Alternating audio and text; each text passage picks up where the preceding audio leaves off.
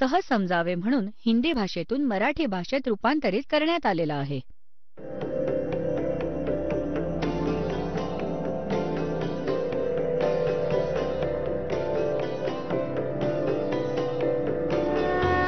और ज्ञान सब ज्ञानडी कबीर ज्ञान सो ज्ञान और जैसे गोला तोब कायम करता चले मैदान. जगद्गुरु तत्वदर्शी संत रामपालजी महाराजांचे अमृत वचन सर्व पवित्र धर्मांच्या व पवित्र शास्त्रांच्या आधारावर. ब्रह्मलोक रूप दिव्य आकाशात स्थित आहे. पुण्यात्म्यांनो, या शंकराचार्यांचं ज्ञान कुठं गेलं? ते म्हणतात हा जीवच ब्रह्म आहे आणि देवी म्हणते सर्व पूजा सोडून द्या. विष्णूला समजावतीये आणि आचार्य शंकराचार्य पुजताहेत विष्णू नारायणाला. विष्णू म्हणतो मी दुर्गेपेक्षा श्रेष्ठ ओळखत नाही. हिमालयाला ज्ञान देते आहे. श्री दुर्गा म्हणतीये की केवळ एकमात्र त्या ब्रह्मला पूजा. त्याचं ओम नाव आहे, नथिंग एल्स. आणि तो कुठे राहतो ब्रह्मलोकात? मग तुम्ही तिकडे पोचाल, त्याच्याकडे पोचलात तर तुमचं कल्याण होईल. ती म्हणते ब्रह्मची पूजा करा. आता ब्रह्म स्वतः काय सांगतो श्रीमद भगवद्गीतेत? श्रीमद भगवद्गीता अध्याय नंबर 8 हे बघा. श्रीमद भगवद्गीता जयदयाल गोयंका याचे अनुवादक आहेत. अध्याय नंबर 8 श्लोक नंबर 13 मध्ये तुम्हाला दाखवतो. हे काय सांगितलंय 13व्या श्लोकात? ओम इति एकाक्षरम ब्रह्म व्याहरन मामनुस्मरन यः प्रयाति त्यजन्देहम स याति परमां गतिम. माझं ब्रह्मचं केवळ ओम हे एक अक्षर आहे, जे उच्चारण करून स्मरण करताना या प्रयाति त्यजन्देहम, जो शरीर सोडून जातो, हे स्मरण करत करत स याति परमां गतिम, जो ओम पासून मिळत असलेली ही ओम ओम हा त्यांचा अनुवाद आहे. हा एक अक्षररूप ब्रह्मचे उच्चारण करत करत अक्षररूप ब्रह्मचं नाही, हे ते म्हणतात माम ब्रह्म, माझं ब्रह्म केवळ एक ओम अक्षर आहे, नथिंग एल्स. हे चिंतन करत शरीर त्याग करतो तो पुरुष परमगतीला प्राप्त होतो, म्हणजे ओम पासून मिळणारी जी परमगती आहे. हे ओम आणि यांनी ज्या ओमला असं लिहिलंय अनुवादात ओम ओम, हे समजा नाही तर ते समजा. आता तर तो हे म्हणतो की साधना करायची स्वब्रह्मची, तर माझा एक ओम मंत्र आहे. मग यांनी 17व्या अध्यायाच्या 23व्या श्लोकात सांगितले की सच्चिदानंद घन ब्रह्म, त्या सच्चिदानंद घन ब्रह्मची साधना करण्याने तुला पूर्ण मोक्ष मिळेल आणि मग तिथे पोचून जाशील जिथे गेल्यावर साधक परतून कधी जगात येत नाही. आपल्या स्थितीला गीता ज्ञानदाता म्हणतो की माझी स्थिती तर नाशवंत आहे, मी पण जन्ममृत्यूच्या अधीन आहे आणि तू पण अर्जुना. हे बघा अध्याय नंबर 2चा आता श्लोक नंबर 12 बघा. अध्याय नंबर 2 आणि श्लोक नंबर 12. मी तर असाच आहे की मी कोणत्या काळात नव्हतो वा तू नव्हतास, अथवा हे राजलोक नव्हते, आणि असंही नाही की यापुढे आपण सगळे नसणार आहोत. हे झालं स्पष्ट की गीता ज्ञानदाता म्हणतोय मला पण जन्ममृत्यू आहे, आधी पण नव्हते, मी व तू पुढे पण असणार आहे. असा नको विचार करूस की आपण वर्तमानात. पुढे बघा 4थ्यात जाऊया. अध्याय नंबर 4 आणि श्लोक नंबर हा 5 आहे. इथं ही संस्कृत आहे, इथे त्याचा अनुवाद आहे. हे परंतप अर्जुन, माझे आणि तुझे खूपसे जन्म होऊन गेले आहेत, ते सगळे तुला माहीत नाहीत, मला माहीत आहेत. मला माहीत आहे. आणि 9व्यात काय म्हटलंय? अध्याय 4 श्लोक 9 मध्ये, हे अर्जुन, माझे जन्म व कर्म दिव्य आहेत, अलौकिक आहेत. आता अध्याय नंबर 10च्या श्लोक नंबर 2 मध्ये गीता ज्ञानदाता म्हणतो माझा जन्म तर होतो पण माझ्यातून उत्पन्न देवता ते जाणत नाहीत. हे बघा अध्याय नंबर 10 श्लोक 2. माझ्या उत्पत्तीला गीता ज्ञानदाता म्हणतो माझ्या उत्पत्तीला लीलेने प्रकट होण्याला न देवता जाणतात न महर्षी जाणतात कारण मी सर्व प्रकारच्या देवतांचं व महर्षींचं आदी कारण आहे. ह्याच्याने हे सिद्ध आहे की गीता ज्ञानदाताची उत्पत्ती तर आहे, पण यापासून उत्पन्न याचे पुत्र रजगुण ब्रह्मा, सत्वगुण विष्णू, तमगुण शिव आणि यांच्यापासून उत्पन्न हे जेवढे देवी देवता आहेत, हे या ब्रह्माच्या जन्माला डेट ऑफ बर्थला जाणत नाहीत. आता जसं संततीची डेट ऑफ बर्थ जन्मदिन पिता सांगू शकतो, पण पित्याची उत्पत्ती संतान कशी जाणणार? त्याला कोण सांगणार? आजोबा सांगणार. पित्याचे पिता तर सर्वांचे पिता तो कबीर परमेश्वर आहेत. ते बंदी छोड कबीर साहेब आहेत. ते परमाक्षर ब्रह्म आहेत. सच्चिदानंद घनब्रह्म आहेत. त्या परमेश्वराने पुढे सांगितली आहे या ब्रह्माची उत्पत्ती जे काही याच्याचद्वारे उत्पन्न केलेले आहे. तर आपल्या पुत्रांची उत्पत्ती, इतर संतानांची उत्पत्ती, आपल्या नातवंडांची उत्पत्ती आजोबांना चांगलीच लक्षात असते. पण ब्रह्म म्हणतो माझी उत्पत्ती तर झाली आहे. गीता ज्ञानदाता श्रीकृष्णात प्रवेश करून हे काळ बोलतो, ब्रह्म बोलतो. हे म्हणतो की माझे जन्म आणि कर्म अलौकिक असतात. अलौकिक कसे असतात? स्वतः कोणासमोर प्रकट होत नाही, तो गुप्त राहतो. हे गीतेच्या अध्याय नंबर 7 श्लोक नंबर 24 व 25 मध्ये स्पष्ट केले त्यांनी. हे बघा, अध्याय नंबर 7 श्रीमद भगवद्गीता श्लोक नंबर 24 मध्ये, बुद्धिहीन माझ्या अनुत्तम अविनाशी परमभावाला न जाणता मन इंद्रियांच्या पलीकडे मी सच्चिदानंद घन परमात्म्याला अव्यक्तम माम व्यक्तिम आपन्नम मन्यन्ते. याचा अर्थ आपण इथेच वाचू. इथे यांनी सांगायचा प्रयत्न केलाय पण नाही समजला, तिथे चूक झालीय. बघा, व्यक्तिम अव्यक्तम माम व्यक्तिम आपन्नम मन्यन्ते. अव्यक्तम माम मी अव्यक्ताला, हे बुद्धिहीन माझ्या वाईट अनुत्तम अविनाशी भावाला नियमाला जाणत नाहीत.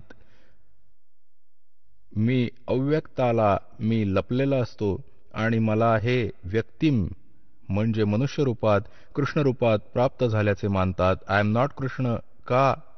आता 25व्यात सांगितलंय बघा, याचा इथे अनुवाद केलाय. आपल्या योगमायेने लपलेला मी सर्वांच्या समक्ष नसतो, लपून राहत असतो मी.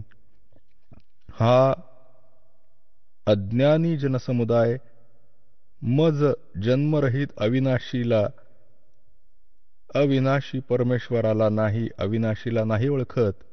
आणि हे मला म्हणून हे व्यक्तिम, हे बघा हा 24वा श्लोक आहे. व्यक्तम अव्यक्तम व्यक्ती आपनम मन्यन्ते माम अबुद्धया. हे बघा, बुद्धिहीन व्यक्ती मला मज अव्यक्ताला, कारण मी माझ्या योगमायेने लपून राहत असतो, हे मला व्यक्तिम म्हणजे मनुष्य रूपात म्हणजे श्रीकृष्ण रूपात, आपनम म्हणजे आलेला प्राप्त झालेला मानत असतात.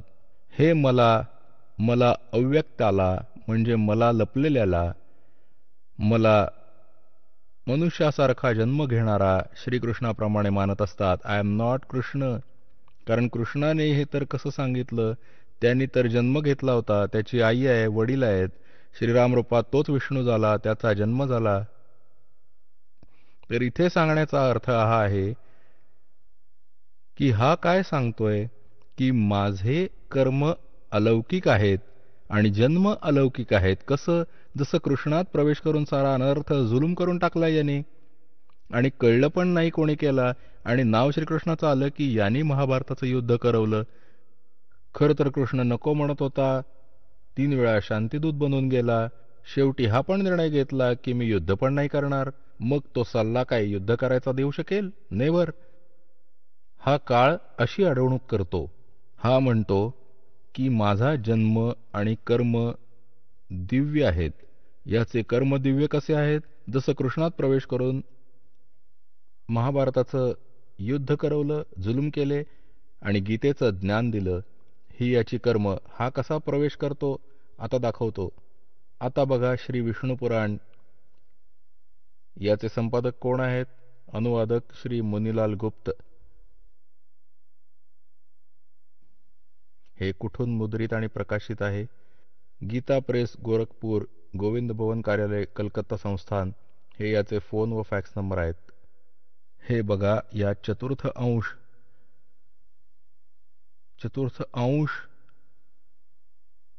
अध्याय नंबर 2 आणि 233 पानावर पूर्वीच्या काळी त्रेतायुगात एकदा महाभयंकर देव असुर संग्राम झाला. देवता व राक्षसांचं आपसात युद्ध झालं. त्याच्यात महाबलवान दैत्य समूहाकडून पराजित झालेल्या देवतांनी भगवान विष्णूची आराधना केली. तेव्हा आदि अंत शून्य अशेष जगत प्रतिपालक श्री नारायणाने देवतांना प्रसन्न होऊन म्हणाले, तुम्हा लोकांची जी इच्छा आहे ती मी ओळखली आहे. त्या बाबतीत हे ऐका. राजर्षी शशादांचा पुरंजय नामक जो पुत्र आहे, त्या क्षत्रिय श्रेष्ठांच्या शरीरात मी अंशमात्रांनी स्वतः प्रवेश करून, म्हणजे थोड्या काळासाठी, सर्व दैत्यांचा नाश करेन. म्हणून तुम्ही सर्व पुरंजयाला दैत्यांच्या वधासाठी तयार करा. आता पुढे अजून दाखवतो. अजून कन्सेप्ट क्लिअर. 242 पानावर. हाच आहे चतुर्थ अंश, अध्याय नंबर 3 आणि पृष्ठ 242, श्री विष्णू पुराण.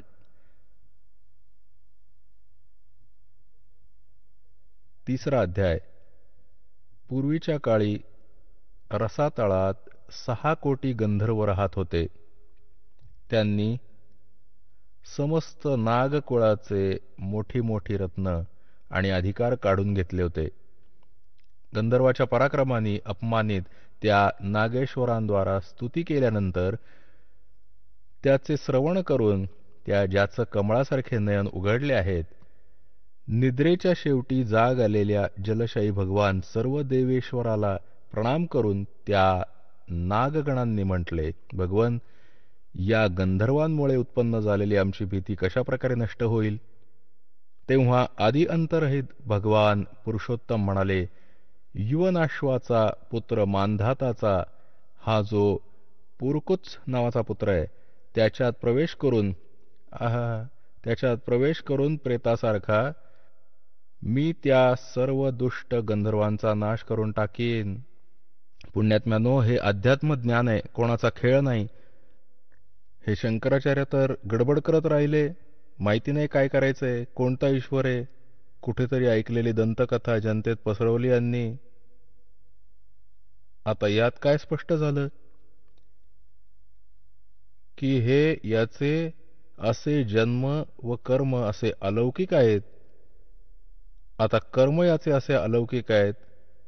पुरंजयात प्रवेश करून आणि त्याचे राक्षसांचा नाश करून टाकला यांनी स्वतः, आणि मग मांधाताचा पुत्र पुरकुत्सात प्रवेश करून भूतासारखा, आणि मग त्या गंधर्वांचा नाश करून टाकला. आता पुण्यात्म्यांनो, अशा प्रकारे याने श्रीकृष्णात प्रवेश करून त्याला माहित होतं त्या काळाला की हा कोण आहे. हा कोण आहे जर हे लक्षात आलं या पुण्यात्म्यांच्या, तर मग गोष्टच संपून जाईल. हा आहे श्री ब्रह्मा रजोगुण, श्री विष्णू सद्गुण आणि तमोगुण शिवाचा पिता. हा काळ आहे, सदाशिव म्हटला जातो. हा ब्रह्म आहे, ब्रह्म. आणि याला हे नकोय की प्राण्यांना सज्ञान प्राप्त व्हावं, म्हणून तो अज्ञान पसरवतो. आणि तो काय करतो? जसं देवतांनी प्रार्थना केली तर विष्णुरूप धारण करून उभा राहिला त्यांच्यापुढे, स्वतः विष्णुरूपात पूजन करत होते ते. कोण हा काळ स्वतः?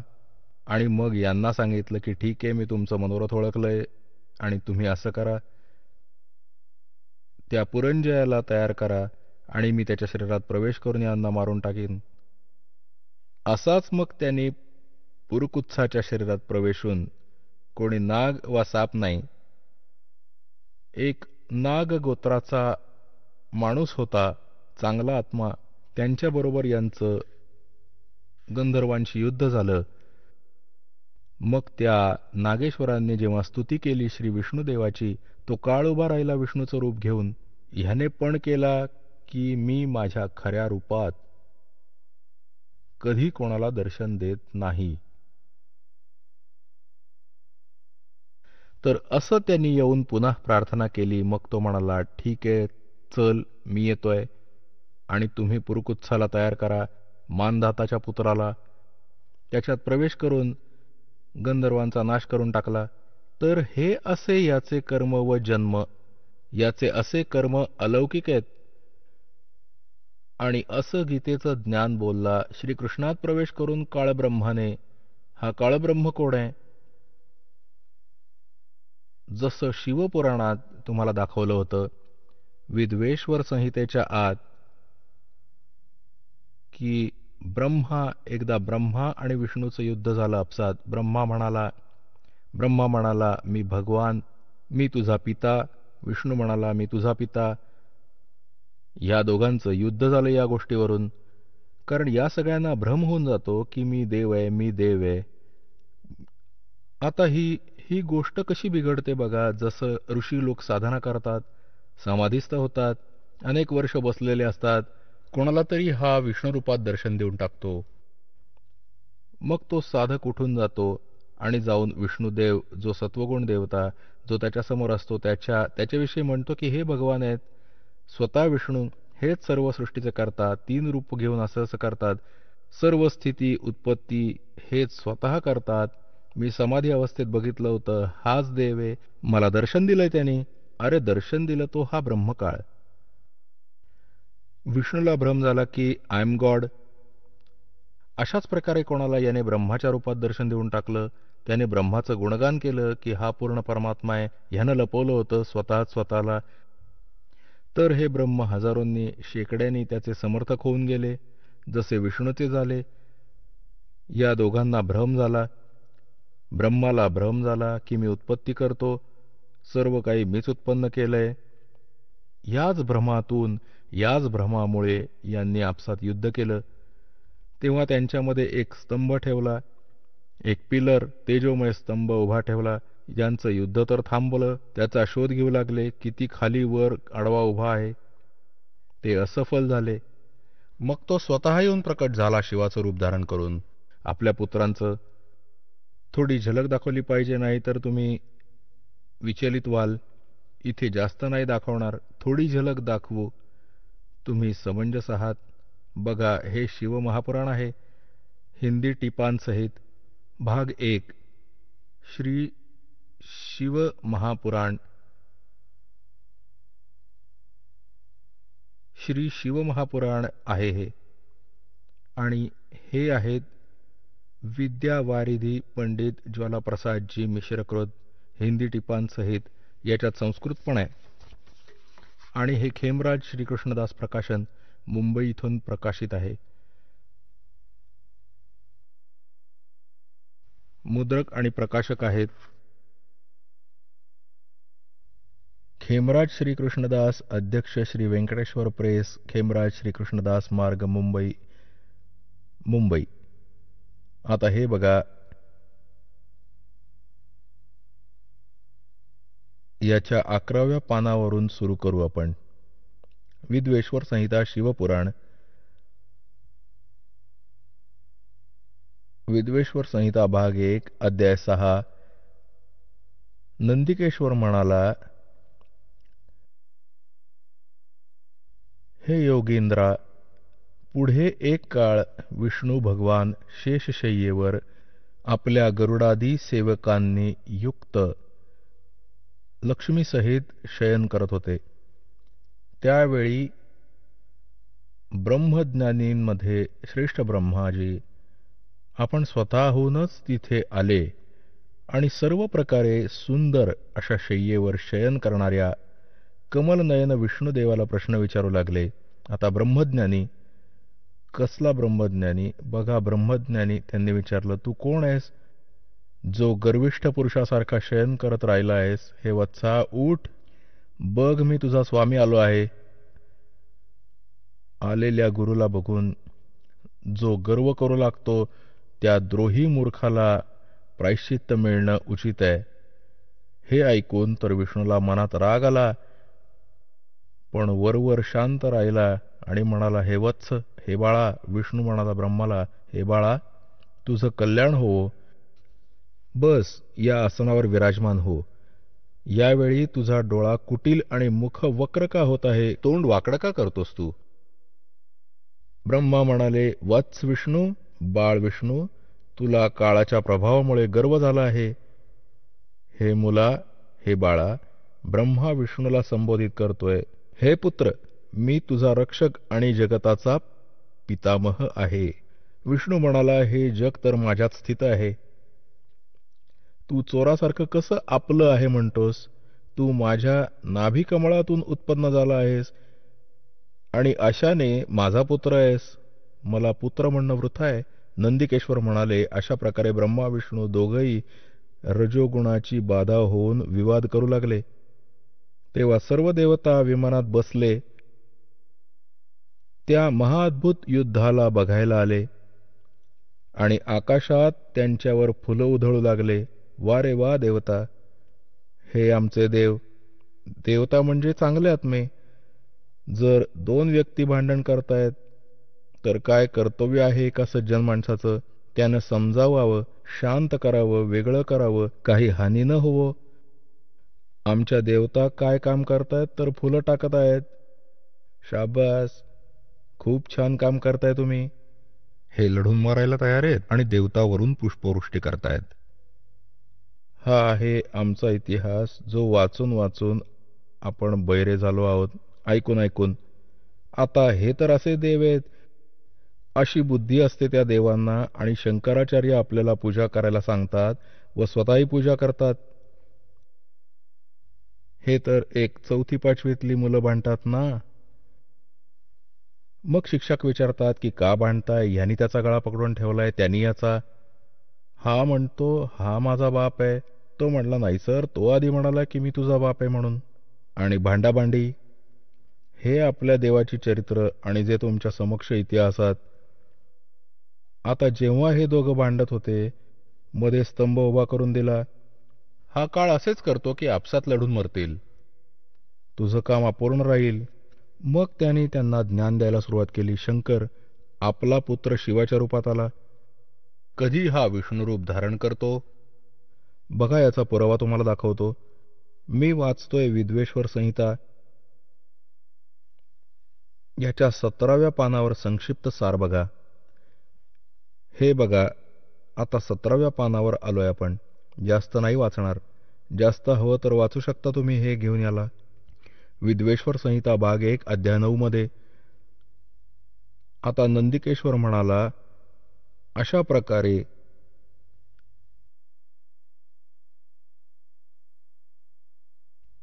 इथे दाखवतो त्या दोघांची अज्ञानता आणि वैर दूर करण्यासाठी दोघांना म्हणाला, कोणी?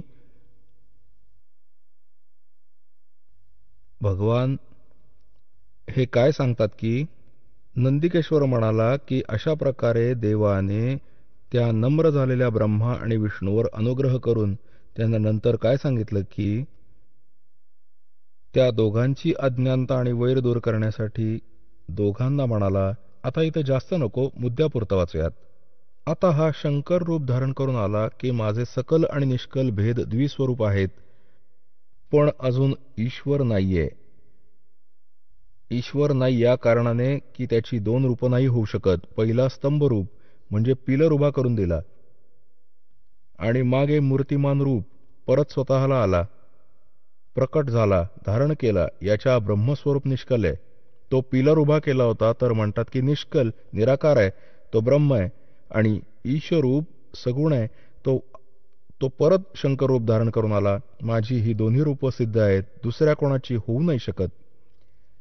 ह्यामुळे तुम्ही दोघांनी ब्रह्मा आणि विष्णूला म्हणतोय तो काळ भगवान.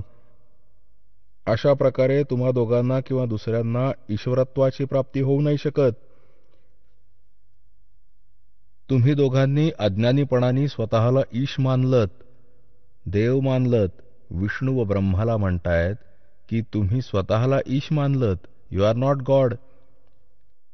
तर स्वतःला ईश मानलेत हे फारच अद्भुत झालं.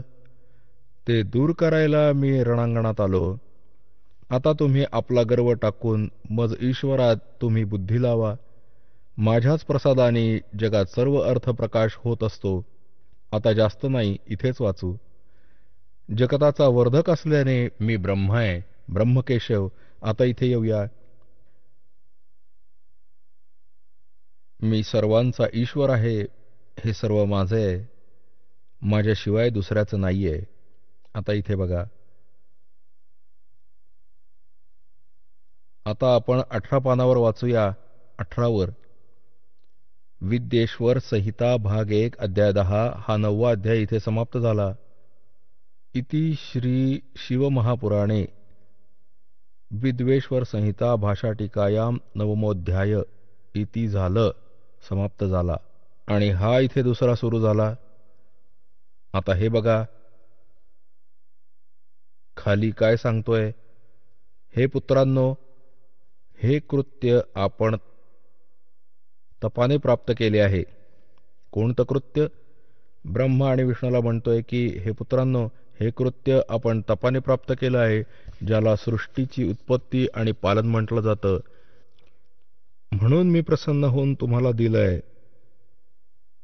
याच प्रकारे दुसरे 2 कृत्य रुद्र आणि महेशला प्रदान केलं आहेत. हे 4 झाले. ब्रह्मा व विष्णू आणि रुद्र व महेश. आणि 5वा हा बोलला तो कोण? तो काळरूपी ब्रह्म आहे. आता बघा, हा म्हणतो माझं एक ब्रह्म ओम नाव आहे. हे पण नंबर 19 वर. तीच विद्वेश्वर संहिता अध्याय 10. या कारणाने त्या ज्ञानाच्या सिद्धीनिमित्त ओंकार नामक मंत्र जप करा. हा गर्व दूर करणारा आहे. इतर निज मंत्र उपदेश करतात. हा ओंकार माझ्या मुखातून उत्पन्न होण्याने माझ्याच रूपाचा बोधक आहे आणि महामंगल करणारा आहे. तो वाचक आहे, मी वाच्य आहे. हा मंत्र माझा आत्मा आहे. त्याच्या स्मरणाने माझं स्मरण होतं. उत्तरेकडून मुखातून अकार, पश्चिमेच्या मुखातून उकार, दक्षिणेच्या मुखातून मकार आणि पूर्वेच्या मुखातून बिंदू, मध्येच्या मुखातून नाद उत्पन्न झाला. अशा प्रकारे हे मध्ये संस्कृत आहे. अशा प्रकारे 5 प्रकारे तो निर्गत झाला. तो सगळा एक होऊन ओम असा एकाक्षर होऊन जातो. आता स्पष्ट झाला की हा ओम अक्षर ह्या सर्वांचं एक होऊन ओम असा एकाक्षर होऊन जातो. आता आपल्याला श्रीमद भगवद्गीता अध्याय नंबर 8 चा श्लोक नंबर 13 मध्ये दाखवलं होतं. ओम इति एकाक्षरम ब्रह्मव्याहरन माम अनुस्मरन यः प्रयाति तेजंदेहम सयाति परमाम गतिम. माझ्या ब्रह्मचे गीता ज्ञान पण या काळात प्रवेश करून श्रीकृष्णात प्रवेश करून बोलत आहे की जसं मानधाताचा पुत्र पुरुकुत्सात प्रवेश करून त्या गंधर्वांचा नाश केला व पुरंजयमध्ये प्रवेश करून त्या असुरांचा नाश केला, असे श्रीकृष्णात प्रवेश करून अर्जुनाला युद्धासाठी तयार केले व गीतेचे ज्ञान, वेदाचे व काही आपले अटकळ लावून त्यात आपले ज्ञान दिले. तर हे ब्रह्म बोलते, जे ब्रह्मा, विष्णू, महेश, रुद्र यांचे पिता आहेत व दुर्गा या सर्वांची माता आहे. आता हे तर म्हणत आहेत आदरणीय शंकराचार्य व सारे पवित्र हिंदू धर्माचे गुरुजन सांगत आहेत की फक्त ब्रह्मा, विष्णू, महेशचीच पूजा करा, सर्वेश्वर महेश्वर आहे. आणि विष्णूजी सांगत आहेत मी तर दुर्गादेवीचीच पूजा करतो, दुर्गाची, आणि यावर मी कोणत्या भगवानाला नाही जाणत. हे त्यांचे आध्यात्मिक ज्ञान, हे त्यांच्या देवाचे, भगवानाचे आहे, ज्याची ते पूजा करतात. दुर्गा सांगत आहे हिमालयाला श्रीदेवी पुराणात 7व्या स्कंदात 562व्या पानावर की फक्त त्या ब्रह्माची पूजा करा, बाकी सगळ्या गोष्टी सोडून द्या. त्याचे ओम नाव आहे. ओम नावाच्या जपाने त्याची प्राप्ती होईल, त्या ब्रह्मला मिळवाल जो ब्रह्मलोकात राहतो. आणि तो ब्रह्म काय म्हणतो की माझं तर एक ओम अक्षर आहे आणि त्याची साधना केल्याने ओमने होणारी जी परमगती आहे ती प्राप्त होऊन जाईल. कुठे जाणार? ब्रह्मलोकात. ब्रह्मलोकात गेलेले प्राणी पण पुन्हा पुनरावर्तीमध्ये गीता अध्याय 8च्या श्लोक क्रमांक 16 मध्ये लिहिले आहे बघा. आता तर तुम्ही अध्याय नंबर 8चा आणि श्लोक नंबर 13 वाचला होता. पहिले तर तो बघू. ओम इति एकाक्षरम ब्रह्म व्याहरन् मामनुस्मरन् यः प्रयाति त्यजन् देहं सयाति परमां गतिम्. ओम एक अक्षर माझ्या ब्रह्मचं, केवळ हे एक अक्षर ओम आहे. ओमचा अनुवाद त्यांनी असा केला आहे. असा लिहा, एकच गोष्ट आहे. तर त्याची परमगती आहे. तर ओम नावाच्या सारखी तो कुठे जातो? ब्रह्मलोकात जातो. जसं की आपण देवी पुराणात वाचलं की श्रीदेवी सांगते की तू ओम नावाचा जप कर आणि त्या ब्रह्मला प्राप्त होशील, ब्रह्मलोकात जाशील. आता ब्रह्मलोकात गेलेले प्राणी पुन्हा पुनरावर्तीमध्ये येतात बघा. हा गीताध्याय नंबर 8चा आणि श्लोक नंबर 16. हे अर्जुन, ब्रह्मलोकापर्यंत सर्व लोक पुनरावर्तीमध्ये आहेत. हे बघा, यांनी स्टार लावलाय. पुनरावर्तीला इथे परिभाषित केले आहे. अर्थात ज्यांना प्राप्त होऊन परत जगात यायला लागेल असं त्यांना पुनरावर्ती म्हणतात. ब्रह्मलोकापर्यंत जेवढे लोक आहेत त्यातले गेलेले प्राणी पण त्यांची पुनरावर्तीमध्ये जन्म व मृत्यू होतो. हे स्वतः पण स्वीकार करतो गीता ज्ञान देणारा की अर्जुन, तुझे व माझे खूप जन्म झाले, तू नाही जाणत, मी जाणतो. तर ब्रह्म यांची पूजा करणारे पण जन्म मृत्यू यात अडकत राहिला तर परमशांती नाही. गीतेच्या अध्याय नंबर 17च्या आणि श्लोक नंबर 23 मध्ये सांगितले आहे की त्या सच्चिदानंद ब्रह्मला मिळवण्याचे कोणाला? जिथे जाऊन साधक परत परतून जगात कधी नाही येत. बघा, अध्याय नंबर 15चा पंचदशोध्यायाचा 15वा अध्यायाचा हा पहिला मंत्र आहे की ऊर्ध्वमूलमदशाखम अश्वत्थम प्राहुरव्ययम छंदांसी यस्य पर्णानी यस्तम वेद स वेदवेत्. आता हे काय सांगितले आहे की आदिपुरुष परमेश्वर रूप हे जे वरचे मूळ आहे ते पूर्ण परमात्मा आहे. अधशाखम खालची शाखा हा अनुवाद चुकीचा केला आहे. ब्रह्मरूप मुख्य शाखावाला. बघा, या 2 नंबरच्या श्लोकात अध 2 जागी आहे. याचा अनुवाद त्यांनी स्वतः केलाय. इथे अध म्हणजे खाली, अध म्हणजे खाली, अध म्हणजे खाली, अध म्हणजे खाली लिहायचं होतं. वरती मूळवाला आदिपुरुष परमेश्वर तर समजा की उलट्या लटकलेल्या संसाररूपी जगाचे मूळ आहे आणि खाली शाखा आहे हे समजा. इकडे संकेत आहे हा. गीताध्याय नंबर 15च्या श्लोक नंबर 1 मध्ये ऊर्ध्वमूलम अधशाखम अश्वत्थम प्राहुरव्ययम हा आहे तो उलटा लटकलेला संसाररूपी वृक्ष. वरती मूळ व खाली शाखावाला. आता तिन्ही गुण इथे बघा. आता गीतेच्या अध्याय नंबर 15चा श्लोक नंबर 1 आपण वाचत आहोत. याचा अर्थ आहे जो वरती मूळ खाली शाखा. अगदी स्पष्ट आहे. अधशाखम इथे अडसर आणण्याचा उद्देश आहे की ज्ञान तर नव्हतंच. संसाररूपी पिंपळाच्या झाडाला अविनाशी म्हणतात. वेद ज्याची पानं सांगितली आहेत अशा संसाररूपी वृक्षाला जो पुरुष मूळसहित तत्वाने जाणतो स वेदवेद, तो वेदाच्या तात्पर्याला जाणणारे आहेत. अर्थात तो तत्वदर्शी संत आहे. सह वेदवेद तत्वाला जाणतो तो वेदाच्या तात्पर्याला जाणणारा तत्वदर्शी संत आहे. याचा अर्थ हा आहे. आणि आता जास्त न सांगता आपण फक्त हे घेऊया की 15व्या अध्यायाच्या 4थ्या श्लोकात स्पष्ट केले आहे की जेव्हा तत्वदर्शी संत मिळेल तेव्हा तत्वज्ञानरूपी माहितीच्या द्वारे त्या अज्ञानरूपी अंधाराला समजून त्याचा नाश करून त्यानंतर परमेश्वराच्या त्या परमपदाचा शोध केला पाहिजे जिथे गेल्यानंतर साधक परतून जगात कधी येत नाहीत. बघा, इथून घेऊया. काय लिहिलं आहे? त्या संसार वृक्षाची तिन्ही गुणरूप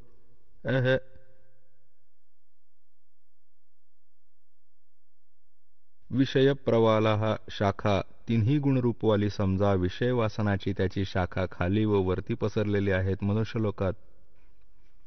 कर्माप्रमाणे बांधणारी मुख्य कारणे ही आहेत जी खाली व वरती लोकात पसरली आहेत. वरती स्वर्गलोकात, खाली पाताळ लोकात, पृथ्वी लोकावर ज्ञान तर बोललं जातंय. आता हे तिन्ही गुणरूपी शाखा आहेत. तीन गुण काय आहेत? रजगुण ब्रह्मा, सद्गुण विष्णू, तमगुण शिवजी. बघा मार्कंडेय पुराण. प्रकाशक व मुद्रक गीता प्रेस, गोरखपूर, गोविंद भवन कार्यालय, कोलकाता संस्थान. हे त्यांचे फॅक्स व फोन नंबर आहेत. त्याच्या 123व्या पानावर बघा, हे संक्षिप्त मार्कंडेय पुराण 122च्या खाली यासोबत 123 आहे. आता मार्कंडेयजी म्हणाले, मुनी आता इथे जाऊ त्याच्या समोर. या प्रकारे स्वयंभू परमात्म्याच्या 3 अवस्था आहेत. रजगुण प्रधान ब्रह्मा, तमगुण प्रधान रुद्र, सत्वगुण प्रधान विश्वपालक श्री विष्णू आहेत. याच 3 देवता आहेत आणि हीच 3 गुण आहेत. याचा अर्थ लक्षात आला? समजदाराला इशाराच खूप होतो. आता परत वाचूया या पवित्र श्रीमद भगवद्गीता अध्याय नंबर 15च्या श्लोक नंबर 1-2च्या पुढे तर वाचलं आपण. आता 2ला बघू. अध्याय नंबर 15 श्रीमद भगवद्गीता नंबर 2 मध्ये काय सांगितलंय की या संसार वृक्षाचे तिन्ही गुण, रजगुण ब्रह्म, सत्वगुण विष्णू, तमगुण शिवजी रूपी शाखा.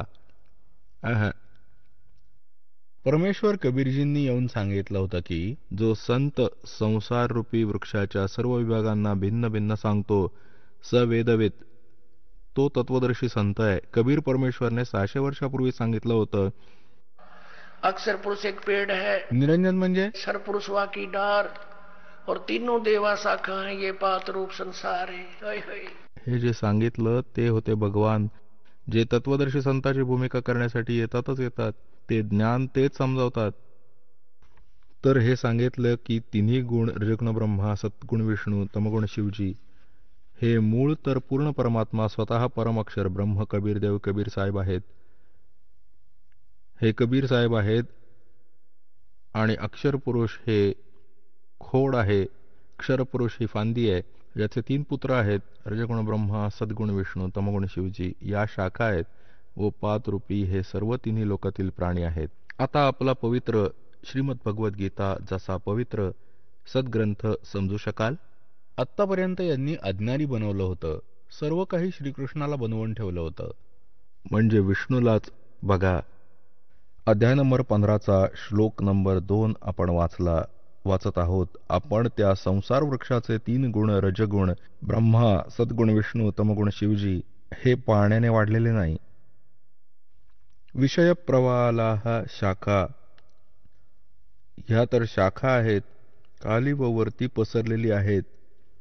म्हणजे तिन्ही लोकांवर, पाताळलोक, पृथ्वीलोक व स्वर्गलोक वर यात भगवानांचे अधिपत्य आहे. एक एक गुणाचा एक एक विभाग मंत्री आहे. आणि कर्मानुसार बांधणारी ते मुख्य कारण म्हणजे मुख्य मुळे म्हणजे ही आम्हाला आबाद ठेवतात, बांधून ठेवतात. खाली व वर पसरलेली सर्व लोकात नाही, वर व खाली पसरली आहेत. आता तिसऱ्यात गीता ज्ञानदाता सांगतो की या संसाराचे स्वरूप जसं सांगितलं आहे तसं इथं विचार काळात नाही मिळवलं जात. आता काय सांगतो हा गीता ज्ञानदाता? जे तुझे व माझे डिस्कशन चालू आहे, या गीतेच्या ज्ञानात मी या पूर्ण ब्रह्मांडाच्या सर्व संसार रूपी वृक्षाची म्हणजे सर्व ब्रह्मांडाची माहिती नाही ठेवत. मला याच्या आदी व अंताच्या स्थितीचे कोणतेही ज्ञान नाही.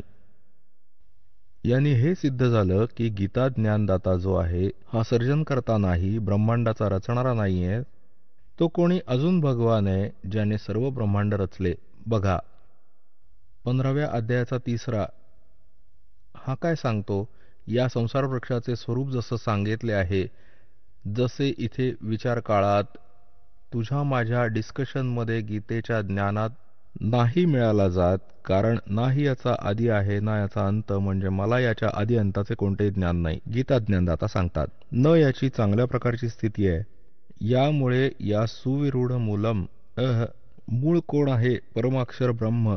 वरचे लोक ते तर अविनाशी आहेत, शुद्ध अतिदृढ आहेत, आणि खालचे अतिदृढ मुळवाले अश्वत्थम या पिंपळाच्या वृक्षाला, संसाररूपी वृक्षाला, दृढेन दृढ असंग शस्त्रेण, वैराग्यरूप नाही, तत्वज्ञानरूपी शस्त्रद्वारा कापून, अर्थात त्या तत्वज्ञानाने तत्वदर्शी संत मिळाल्यानंतर त्याला नीट समजून आता 15वा अध्यायाच्या 4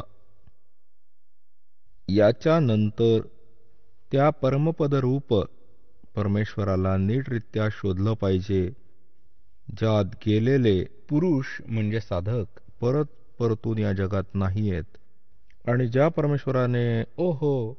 परमेश्वराशी पुरातन संसार वृक्षाची प्रवृत्ती विस्ताराला प्राप्त झाली आहे, अर्थात ज्या परमात्म्याने सर्व संसार रूपी वृक्षाची रचना केली आहे, साऱ्या ब्रह्मांडाची रचना केली आहे, त्या आदिपुरुष नारायणाला मी शरण आहे. आद्यम पुरुषम. त्या आदिपुरुष म्हणजे गीता ज्ञानदातापेक्षा दुसरा आहे, त्याला शरण आहे. या प्रकारे दृढनिश्चय करून त्या परमेश्वराची प्रपद्ये म्हणजे पूजा केली पाहिजे. हे तर आपले अटकळे जसे हे करतात, ध्यान करून प्रपद्ये म्हणजे त्याची पूजा केली पाहिजे.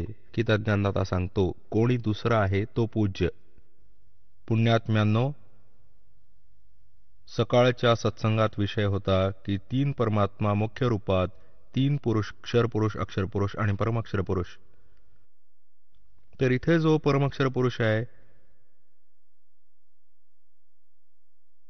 आपण त्याच्याकडे संकेत करत आहोत की तो आहे, तो पूज्य आहे. तो कोण आहे? तो कबीर भगवान आहे. कबीर देव आहे, ज्यांनी 600 वर्षापूर्वी येऊन ती लीला केली होती, जे वेद सांगतात आणि आपल्या सद्ग्रंथात विद्यमान आहेत. आता या विषयाला जास्त न वाढवून दास त्या प्रसंगावर येत आहे की गीता ज्ञानदाता तर सांगतो की त्या परम अक्षर ब्रह्मची पूजा करा. त्या तत्वदर्शी संताकडे जा, जसं 4थ्या अध्यायाच्या 34व्या श्लोकात सांगितलंय. अध्याय नंबर 4 चा आपण श्लोक नंबर 32 वाचूया. हा 32 या प्रकारे म्हणजे 25 पासून 31 पर्यंत या प्रकारे आणि बऱ्याच प्रकारचे यज्ञ म्हणजे धार्मिक अनुष्ठान ची माहिती ब्रह्मणे मुखे म्हणजे इथे चुकीच्या केलंय वेदाची वाणी. बघा 17व्या अध्यायाच्या 23व्या श्लोकात स्वतः ब्रह्मणे म्हणजे हे बघा अध्याय नंबर 17 आणि श्लोक नंबर 23. यात काय सांगितलंय? ओम तत्सत इति निर्देशः ब्रह्मणः त्रिविध स्मृतः अह ब्राह्मणा तेन वेदाः च यज्ञाः च विहिताः पुरा. आता इथे ओम, ओम, तत्, तत्, सत, सत हे 2 सांकेतिक शब्द आहेत. दास सांगेल. इति हे आहे 3 प्रकारचा सच्चिदानंद घन ब्रह्म. ब्रह्मणे म्हणजे सच्चिदानंद घन ब्रह्माचे नाव सांगितलंय. इथे ब्रह्मण म्हणजे सच्चिदानंद घन ब्रह्म हा गीता ज्ञानदात्यापेक्षा वेगळा आहे. तर इथे यांनी 4थ्या अध्यायाच्या 32व्या श्लोकात सांगून ठेवलंय, हा ब्रह्मणे शब्द आहे. ब्रह्मण मुखे एवं बहुविधा या प्रकारे खूप प्रकारचे यज्ञाः म्हणजे धार्मिक अनुष्ठान, वितताः म्हणजे विस्तारपूर्वक, ब्रह्मणे मुख्य म्हणजे सच्चिदानंद घन ब्रह्माकडून आपल्या मुखकमलातून बोलले गेले ते तत्वज्ञान आहे. या प्रकारे बऱ्याच प्रकारचे यज्ञ म्हणजे धार्मिक अनुष्ठानाची माहिती इथे लिहायचं होतं. सच्चिदानंद घन ब्रह्माच्या वाणीत, कबीर वाणीत विस्ताराने सांगितले आहे. त्या सर्वांना तू कर्म जाण, जसं पण होणारं जाण, या प्रकारे तत्वाने जाणून तू त्यांच्या अनुष्ठानद्वारा, त्या साधनेद्वारा, कर्मबंधाने तू सर्वथा मुक्त होशील. आता इथे बघा 4थ्या अध्यायाच्या 34व्या श्लोकात यांनी सांगितले आहे. 4थ्या अध्यायाच्या 34व्या श्लोकात यांनी सांगितले आहे, गीता ज्ञानदाताने त्या ज्ञानाला, ते तत्वज्ञान आहे जे सच्चिदानंद घन ब्रह्माने आपल्या तोंडाने सांगितले आहे. ती कबीरवाणी ते तत्वज्ञान आहे. त्या ज्ञानाला तू तत्वदर्शी ज्ञानियांकडे जाऊन तू समज. त्यांना नीटपणे दंडवत प्रणाम करण्याने, त्यांची सेवा करण्याने आणि कपट सोडून सरळतापूर्वक प्रश्न करण्याने ते परमात्मा तत्वाला नीटपणे जाणणारे तत्वदर्शिनः म्हणजे तत्वदर्शी संत, ज्ञानी महात्मा तुला तत्वज्ञानाचा उपदेश करतील.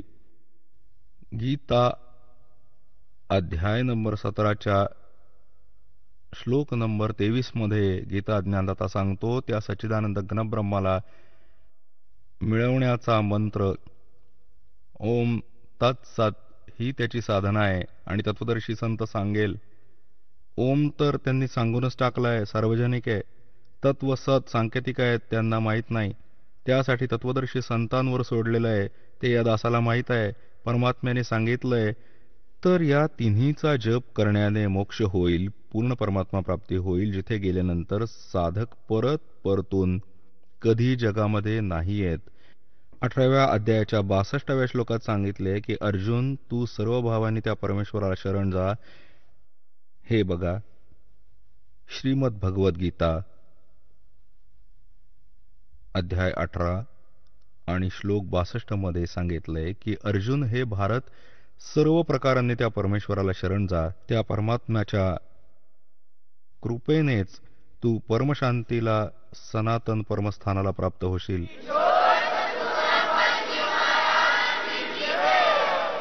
चला आता आपण त्या श्रद्धाळूंचे अनुभव जाणून घेऊयात, ज्यांनी जगद्गुरू तत्वदर्शी संत रामपालजी महाराजांकडून दीक्षा प्राप्त केलेली आहे, तसेच त्यांच्याद्वारा सांगितलेल्या भक्ती मार्गावर चालत आहेत. नमस्कार सतसाहेब. आपलं नाव? सुखदेव वामन पाटील. आपण कुठून आलात? चाळीसगाव तालुका, ओझर, जळगाव जिल्हा. आपला व्यवसाय काय आहे? मी आता रिटायर आहे. मी कापड मिलमध्ये सर्व्हिसला होतो. VRS घेऊन रिटायरमेंट घेतली. संत रामपालजी महाराजांची गुरुदीक्षा आपण कधी घेतली? 8 ऑक्टोबर 2017. संत रामपालजी महाराजांची गुरुदीक्षा घेण्या अगोदर आपण व आपला परिवार कोणती भक्ती साधना करत होतात?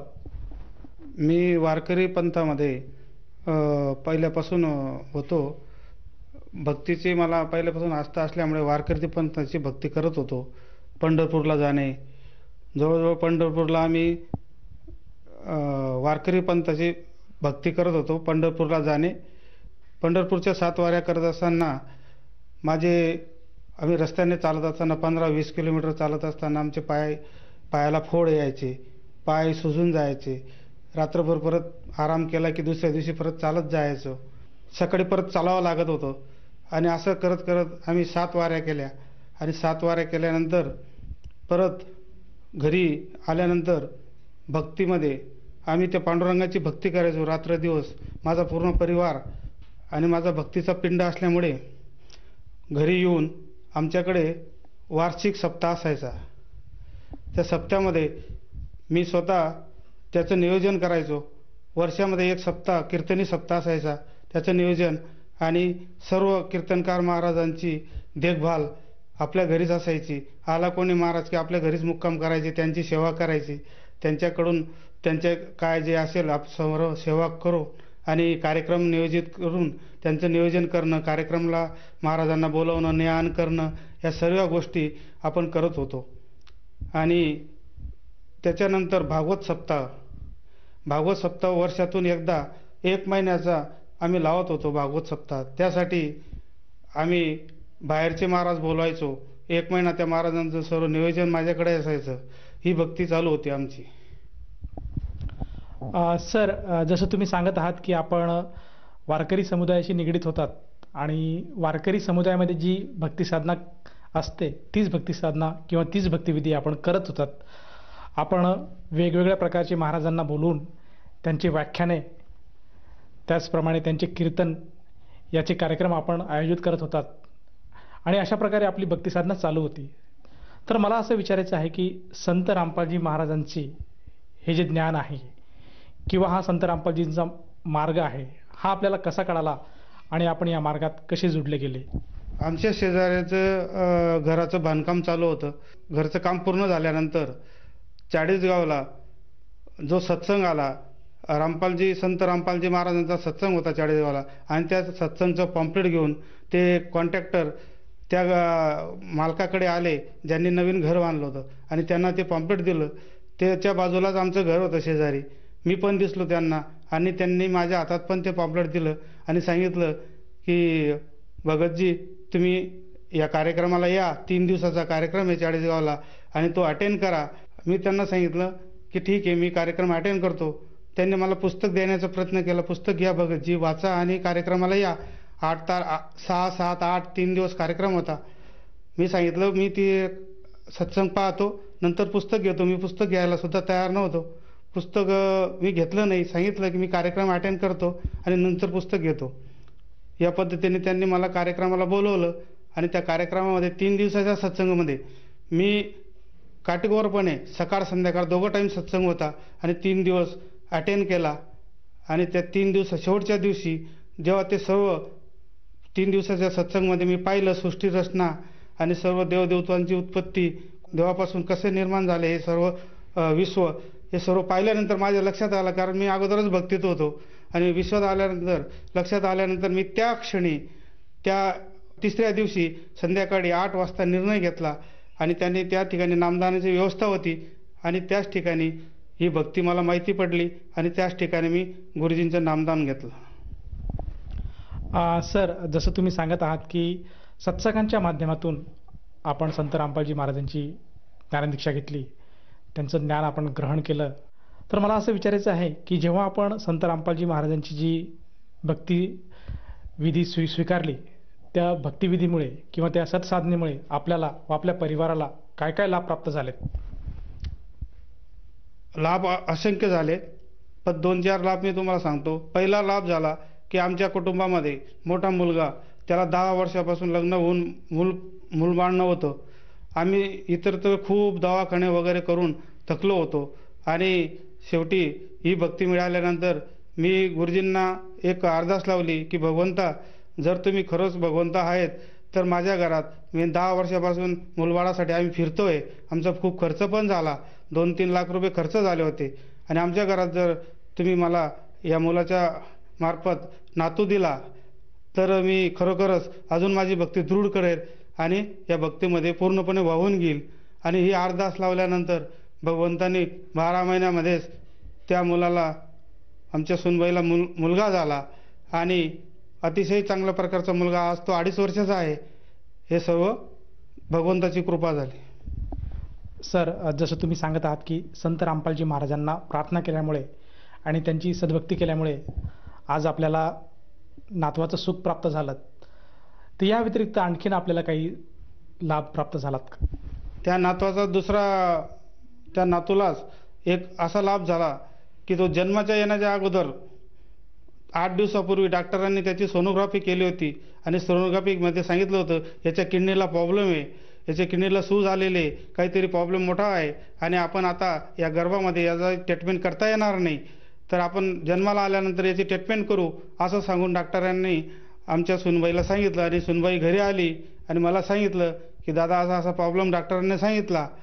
तो प्रॉब्लेम ऐकल्यानंतर मी गुरुजींपुढे अरदास लावली आणि गुरुजींना सांगितलं, गुरुजी, हा जो काय तुम्ही मुलगा मुलगी जे काय पाठवणार आहात त्याला एकदम अतिशय निरोगी आणि चांगलं पाठवा, त्याला कुठलाच आजाराने पाठवू नका.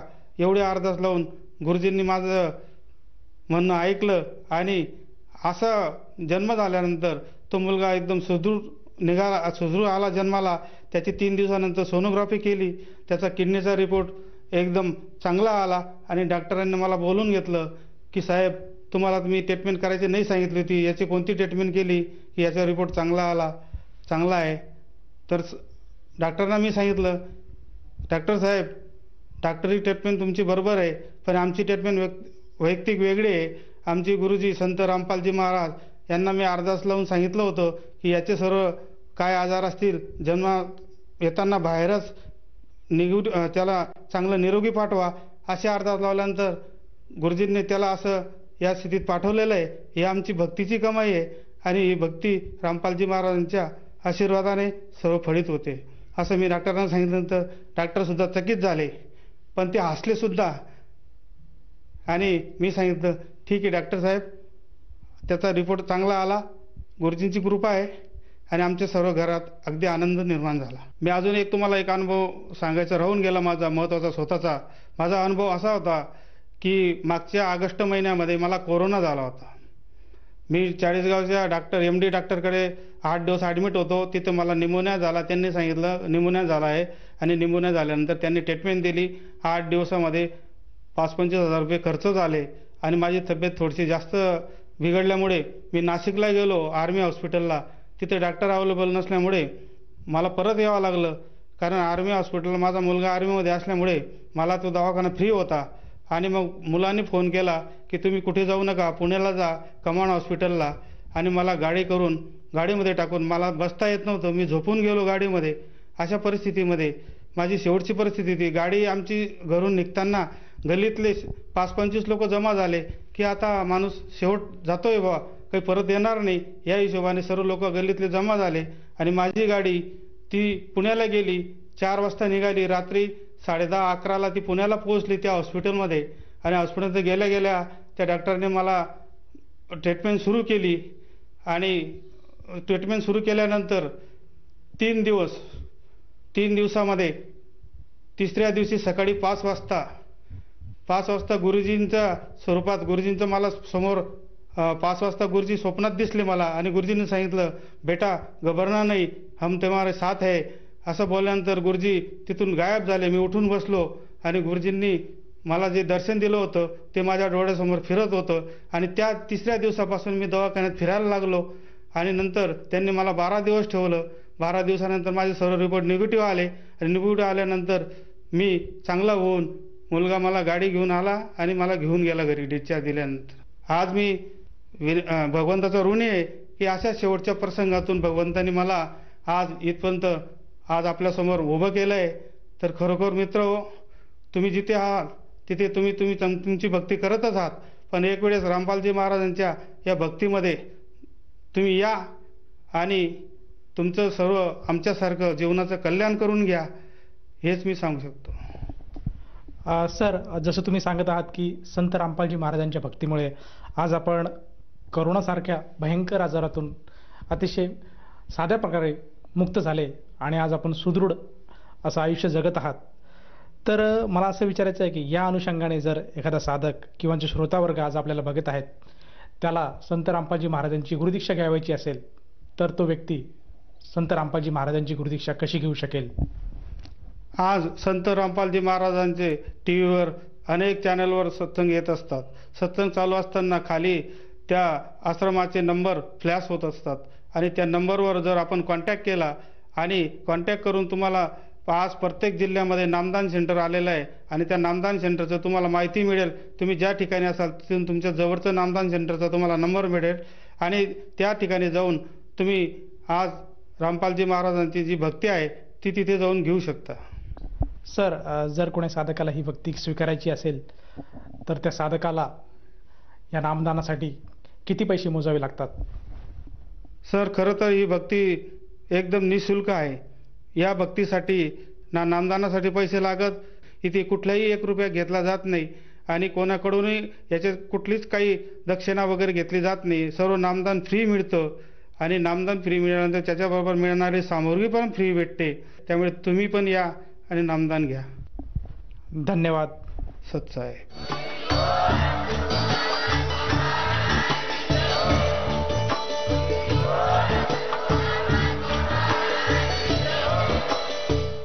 आपण ऐकत होता जगद्गुरु तत्वदर्शी संत रामपालजी महाराजांचे मंगल प्रवचन. निःशुल्क नामदीक्षा प्राप्त करण्यासाठी आणि अधिक माहितीसाठी संपर्क करा 7030303951 7030303952. आमची वेबसाईट आहे www.jagadgururampalji.org.